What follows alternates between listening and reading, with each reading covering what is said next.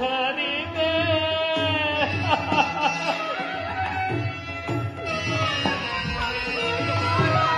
ಧರೆಯೊಳಗೆ ಧನುವನ್ನು ಧರಿವೆ ತನಯನ ಕಣದಿರುವು ಕಣ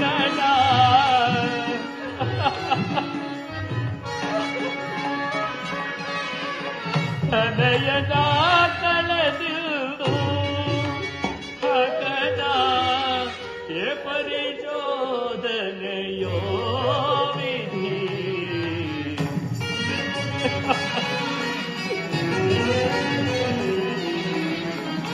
ये परिसुरति सरल नಮ್ಮನು ಹಗಲು ತುರುಳನುರತಿ ವಿದಾಸರ ಪಂಥದಲ್ಲಿ ಸರಳ ನಮ್ಮನು ಹಗಲಿ ಸರಳ ನಮ್ಮನು ಹಗಲಿ ಸರಳ ನಮ್ಮನು ಹಗಲಿ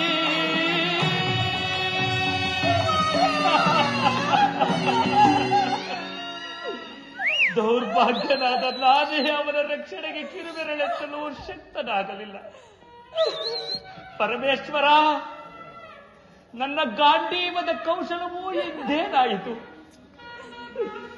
ನನ್ನ ಯಾವ ಪಾಪಕ್ಕಾಗಿ ಆ ಸೈನ್ಯವನಿಗಿಂತಹ ವರವನ್ನು ಕೊಟ್ಟೆ? ಸ್ಥಿರನಾಗು ಅರ್ಜುನ, ನೀನು ಆದರ್ಶಮಾನವನು. ನಿನಗೆ ಈ ದೌರ್ಬಲ್ಯವು ಶೋಭಿಸದು. ಮಾನವನು ಇಷ್ಟೊಂದು ದುಃಖವನ್ನು ಸಹಿಸುವುದು ಹೇಗೆ ಸಾಧ್ಯ ವಾಸುದೇವ? ಕಣ್ಣುಗಳನ್ನು ಮರುಭೂಮಿಯಂತೆ ನಿರ್ಜಲವಾಗಿ ಮಾಡಿ ಹೃದಯದಲ್ಲಿ ಹಿಮರಾಶಿಯನ್ನು ತುಂಬಿ ವಜ್ರ ಮುಷ್ಟಿಯಿಂದ ದುಃಖವನ್ನು ಅಡಗಿಸಿಟ್ಟರೂ ಅದು ತನ್ನ ಅಸ್ಫುಟ ಆವೇಗದಿಂದ ಪ್ರಕಟಿಸುತ್ತಿರುವುದು.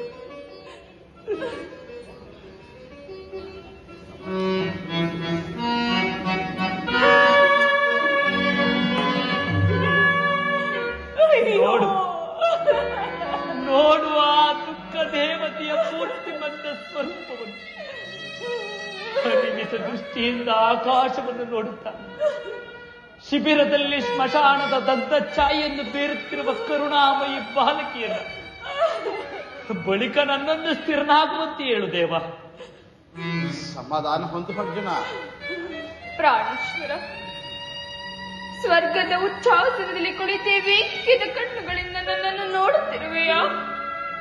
ನೋಡು ನೋಡು, ಸೂರ್ಯಕಾಂತಿಯ ಹೂವಿನಂತೆ ಉತ್ತರೆಯು ನಿನ್ನ ಕಡೆಗೆ ಮುಖವನ್ನು ತಿರುಗಿಸುವಳು. ನಾನು ಅಳುತ್ತಿಲ್ಲ ಪ್ರಭು, ನನ್ನನ್ನು ಕರೆಯುವೆಯಾ? ಇದು ಬಂದೆ ಬಂದೆ. ಶಾಂತಳಾಗು ಪುತ್ರಿ, ಶಾಂತಳಾಗು. ವಿಧಿ ನಿನ್ನೆ ಹೃದಯವಾದಷ್ಟೊಂದು ಕಠಿಣವು. ಅಯ್ಯೋ, ಈ ಕೋಮಲವಾದ ಬಾಲಕಿ ಹೃದಯದಲ್ಲಿ ಎಂತಹ ಬಿರುಗಾಳಿಯನ್ನು ಸೃಷ್ಟಿಸಿರುವೆ. ಅಯ್ಯೋ, ನಿನ್ನ ಸೃಷ್ಟಿಯು ಅದೆಷ್ಟು ವಿಚಿತ್ರ. ಶಾಂತಳಾಗು ಪುತ್ರಿ, ಶಾಂತಳಾಗು. ಅಯ್ಯೋ ಅಯ್ಯೋ, ಇದನ್ನು ನೋಡುವ ನನ್ನ ಕಣ್ಣುಗಳು ಇಂಗಿ ಹೋಗಬಾರದೆ? ಸಮಾಧಾನ ಹೊಂದು ಅರ್ಜುನ, ಸಮಾಧಾನ ಹೊಂದು.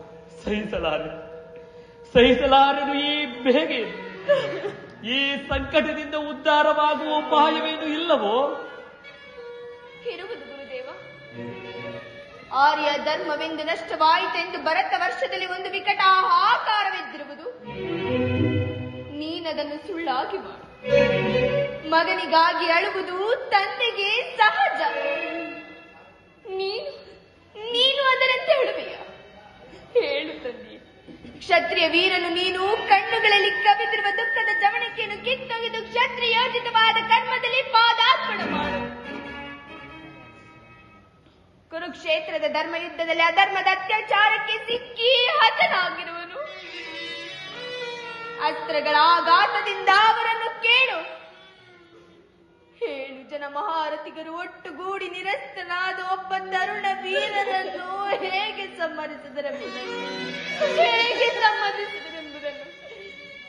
ನಿನ್ನ ಗಾಂಡೀವರದ ಟೇಂಕಾರದಿಂದ ಆ ಪಾಷಾಂಡನ ಹೃದಯವೂ ಕಪ್ಪಿಸಲು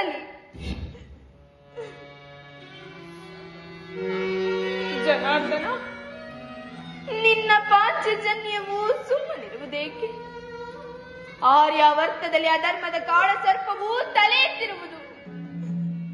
ನೀನದನ್ನು ನಾಶ ಮಾಡದ ಹೊರತು ಧರ್ಮ ಸಂಸ್ಥಾಪಕನಾದ ನಿನಗೆ ಶಾಂತಿಯಲ್ಲಿ ಶಾಂತಿಯಲ್ಲಿ. ಸರಿಯಾಗಿ ಹೇಳಿದ ಸತಿಯನ್ನು ಕೇಳಿರಿ. ಭಾರತ ವೀರರೆಲ್ಲರೂ ಅರ್ಜುನನ ಭೀಷಣ ಶಪಥವನ್ನು, ಅಭಿಮನ್ಯುವಿನ ಮರಣಕ್ಕೆ ಕಾರಣನಾದ ಸೈಂಧವನನ್ನು ನಾಳೆ ಸೂರ್ಯನು ಮುಳುಗುವುದರೊಳಗಾಗಿ ಸಂಹರಿಸಿ. ಯಕ್ಷ ರಾಕ್ಷಸರಾದಿಯಾಗಿ ಯಾರೂ ಅವನನ್ನು ಉಳಿಸಲಾರರು. ಇಂದ್ರನು ವಜ್ರಾಯುಧವನ್ನು ಅಡ್ಡಬಿಟ್ಟರು. ಸ್ವಯಂ ಪಾರ್ವತಿ ಪತಿಯು ಶೂಲಪಾಣಿಯಾಗಿ ಎದುರಿಗೆ ನಿಂತರು. ಅರ್ಜುನನು ತನ್ನ ಶಪಥದಿಂದ ವಿಚಲಿತನಾಗುವುದಿಲ್ಲ. ಚತುರ್ದಶ ಭುವನಗಳಲ್ಲಿ, ಸಪ್ತ ಸಾಗರಗಳಲ್ಲಿ, ಸ್ವರ್ಗ, ಮರ್ತ್ಯ, ಪಾತಾಳಗಳಲ್ಲಿ ಎಲ್ಲಿಯೇ ಅವತಿದ್ದರೋ ಸೈನ್ಯವನನ್ನು ಹಿಡಿದು ತಂದು ಅವನ ಹೃದಯದ ಬಿಸಿ ರಕ್ತದಿಂದ ನನ್ನ ರಣವನ್ನು ಶಾಂತ ಮಾಡುವೆನು. ಒಂದು ವೇಳೆ ನಾನು ಈ ಪ್ರತಿಜ್ಞೆಯನ್ನು ನಿರ್ವಹಿಸಲು ಅಶಕ್ತನಾದರೆ, ಸೈನ್ಯವನು ಜೀವಿಸಿದ್ದು ಸೂರ್ಯನು ಅಸ್ತಂಗತನಾದರೆ, ಆಗ ಪ್ರಜ್ವಲಿತ ತಿಥಿಯಲ್ಲಿ ನಾನು ದೇಹತ್ಯಾಗ ಮಾಡುವೆನು. ಇದೆಂತಹ ಕಠಿಣ ಪ್ರತಿಜ್ಞೆ ಪಾರ್ಥ.